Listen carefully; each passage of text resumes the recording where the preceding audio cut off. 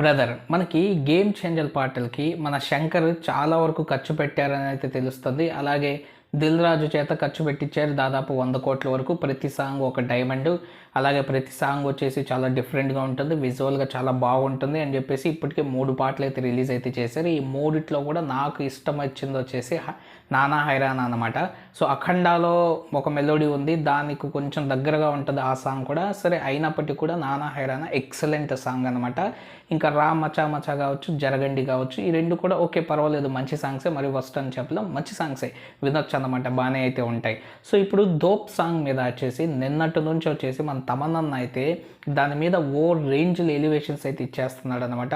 ఆ సాంగ్ ప్రపంచం అంతా మాట్లాడుకుంటారు, అదొక బ్లాస్ట్, అసలు వేరే లెవెలు, దానికి ఇది వేరు అది వేరు అన్నట్టు ఒక పెద్దగా మనకైతే హైప్ ఇచ్చి పడేసాడు అనమాట. సో దానికి సంబంధించిన ప్రోమో ఈరోజు దిల్ రాజు బర్త్డే సందర్భంగా రిలీజ్ అయితే చేశారు. సో ఫుల్ సాంగ్ కూడా మనకైతే త్వరలో అయితే వస్తుంది. సో ఆ ప్రోమో ఎలా ఉంది ఏంటి అన్న దాని గురించి ఆ ప్రోమో చూసి రియాక్షన్ చేసి ఆ తర్వాత ఆ ప్రోమో రివ్యూ అయితే చూద్దాము. వీడియోని లాస్ట్ వరకు అయితే చూడండి. ఒకవేళ మీరు రామ్ చరణ్ ఫ్యాన్స్ అయితే జై రామ్ చరణ్ అని చెప్పేసి కామెంట్ సెక్షన్ కామెంట్ అయితే చేయండి. వీడియో నచ్చినట్లయితే ఖచ్చితంగా లైక్ చేసి మా ఛానల్ సబ్స్క్రైబ్ చేసుకొని నన్ను సపోర్ట్ అయితే చేయండి ఫ్రెండ్స్. ఇక రియాక్షన్ వీడియోని అయితే స్టార్ట్ అయితే చేద్దాం.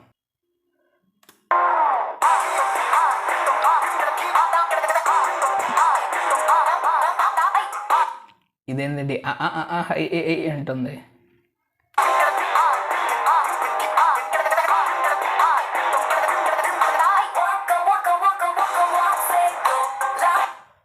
దోప్తోనే సాంగ్ ఉంది, ఒక్క ఒక్క ఓక్సే దోప్ అని.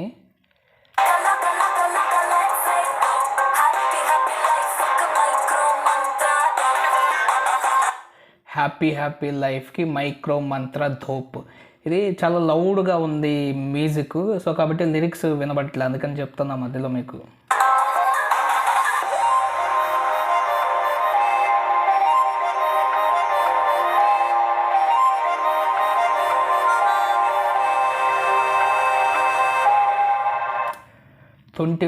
December 21 వచ్చేసి మనకి అక్కడ అమెరికాలో రిలీజ్ చేస్తారంటే, 22 వచ్చేసి మనకి మన ఇండియాలో రిలీజ్ చేస్తారంటే, 21 వచ్చేసి ప్రీ రిలీజ్ ఈవెంట్ కాబట్టి. సో దిల్ రాజు బర్త్డే సందర్భంగా ఆయన బర్త్డేకి శుభాకాంక్షలు అయితే చెప్పారు, హ్యాపీ బర్త్డే దిల్ రాజు అని చెప్పేసి. సో ఇది మనం టీజర్లో వినుంటాం అన్నమాట. ఈ మ్యూజిక్ ఒకసారి వినిపిస్తా చూడండి. ఈ మ్యూజిక్ మనం టీజర్లో వినుంటాం.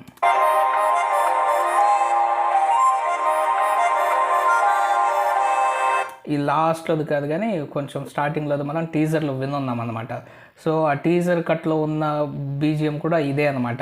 సో దీనికి సంబంధించి మనకి ఫుల్ సాంగ్ అయితే ఆ రోజైతే వస్తుంది. ఇప్పుడు ఇది ఎలా ఉంది అంటే, ప్రతి పాటలో కూడా మనకి రామ్ చరణ్ అన్న లుక్స్ అయితే ఎక్సలెంట్గా అయితే ఉంటున్నాయి. ఈ పాటలో కూడా రామ్ చరణ్ అన్న లుక్స్ కావచ్చు, అలాగే హీరోయిన్ కియారా అద్వానీ లుక్స్ కావచ్చు, అసలు మైండ్ బ్లోయింగ్ ఎక్సలెంట్గా అయితే ఉందన్నమాట.